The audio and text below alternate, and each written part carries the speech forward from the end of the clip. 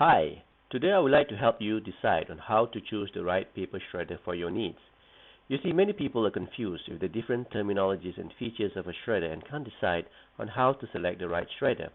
So in this short video, I will try to help you make that decision a little easier. So here is what we are going to cover today. But first, let's ask the question, why do you need a shredder? Perhaps a better question is your trash private? Obviously, the short answer to that is no. The US Supreme Court ruled that you immediately give up your rights to privacy once you trash a document. What that simply means is that your trash is fair game to anyone who found it. And the scary part is, the fastest growing type of fraud is identity fraud. This is where someone assumes your identity and commits fraud in your name. Let's look at some statistics. 4.8% of the US population, or about 11.1 million people, are victims of identity theft in 2009. Now, this is a 12% increase over 2008. The total fraud amount was a whopping $54 billion, and the average victim spends 21 hours and $373 out of his or her own pocket to resolve the crime. So, what's the cheaper and hassle-free solution? Shred it before you trash it. Now, at the very minimum, here are the things that you need to shred before you trash it. Credit card statements and receipts, personal checks, bank statements, expired driving licenses, and payslips. Doing this will save you lots of headaches and trouble later on. So here are some of the key considerations to help you decide on which shredder is right for you. Let's go through each one of them in more detail. Firstly, you need to understand the different types of shredders. In the vast majority of cases, it comprises of two types of shredders, the strip cut and the cross cut. Now, the strip cut shredders cuts your documents into long strips.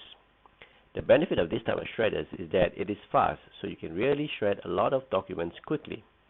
The disadvantage of this type of shredder is that it generally offers less security, and there is software out there that can be used to recover the information that you have just shred. Another disadvantage is that the shredded pieces take up more space, so you do need to empty it more often. The next most common type of shredders is the cross-cut or confetti shredders. It gets its name from the crisscross action of the cutting blades. Now, the shredded documents will be in small pieces and can take the shape of a diamond, a rectangle, or a parallelogram. So, if you hear people talk about a diamond cut shredder, just remember that it is just one type of cross-cut shredder.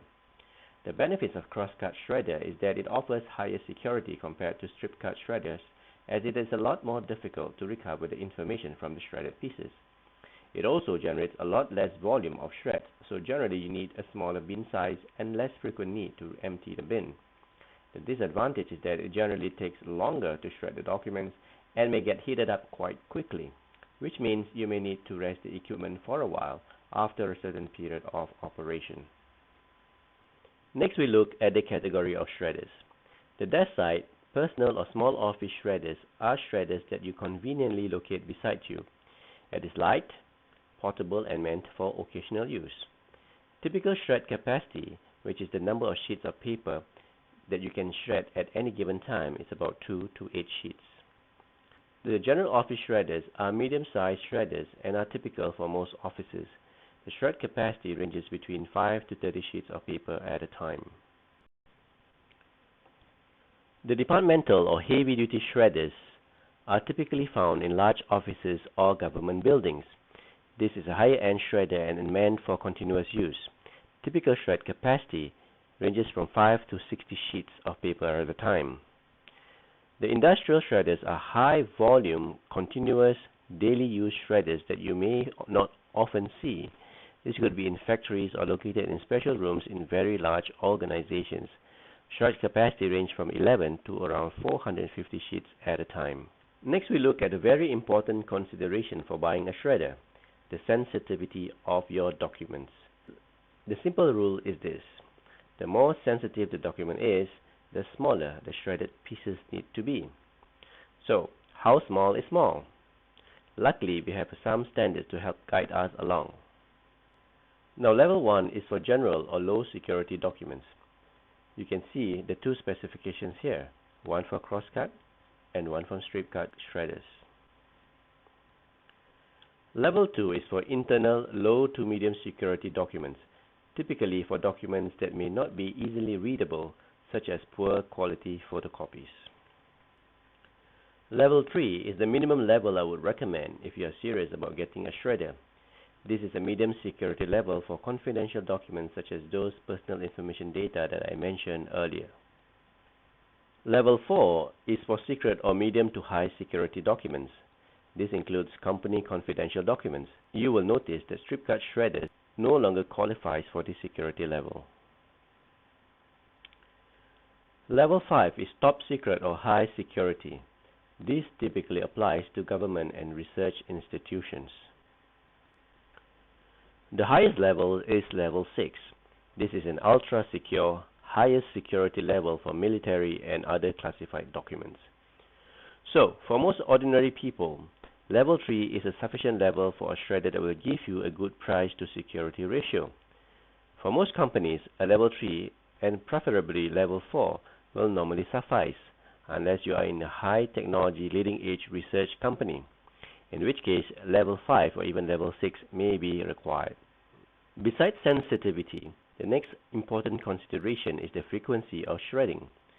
Now, some shredders are meant to be used occasionally for low volume shredding. This is typical for personal or small office shredders. Also note that crosscut shredders will generally need to be rested for every half an hour or so to let it cool down. If you need to have continuous shredding, you may need to get a higher-end model that can allow you to continuously shred. Strip cut shredders can normally shred continuously for longer periods of time, though of course the trade-off is less security. The volume of shredding is the next important factor. If you are shredding about 100 to 150 sheets a day, most entry-level shredders can do the job. For specifications, you can look for a shred capacity of between 2 to 5 sheets, a throat size of between 110 mm to 220 mm, and a bin volume of less than 5 liters. For more than 150 sheets a day, you will need a shred capacity of 7 or more, a throat size of 220 mm at least, so that you can fit an A4 or letter-sized paper without folding it, and a bin volume that is more than 5 liters. One other important factor is space and mobility. If you need to move the shredders around a lot, get a light and portable one with a weight of less than 10 kilograms, or get one with casters to help you move it around. If you have space constraints, look for those thinner or more compact models. Safety considerations will be your next item. As more and more shredders go into homes where children will be around, safety must be one of your most important considerations. Thankfully, modern shredders come with standard security measures such as finger detection and safe mode button to prevent injury to these young children. Make sure it has an auto stop button at the very minimum. To make this complete, here are some additional features that you might find in some shredders. The auto shred start stop will detect paper and start or stop the shredding automatically. The auto reverse function will help to clear out jammed papers. Now, some shredders have the ability to shred credit cards or CDs. Some have jam-proof operation features where the shredders will detect paper thickness and avoid shredding if it is over the capacity. There are some with energy-saving feature where the machine go into sleep mode if it's not in use. And there are still others with silent operation, which can be an important feature if the shredder is near many staff cubicles. And also, there's some with an auto cutter cleaner. This is a feature that cleans off the cutter to prevent potential jams. You have to decide whether you need some of these features and weigh it against the cost. So I hope that this presentation has helped you clarify some of your questions about paper shredders and allow you to make an informed buying decision. For more information, please visit our website at www.bindinghub.com. Thank you and have a nice day.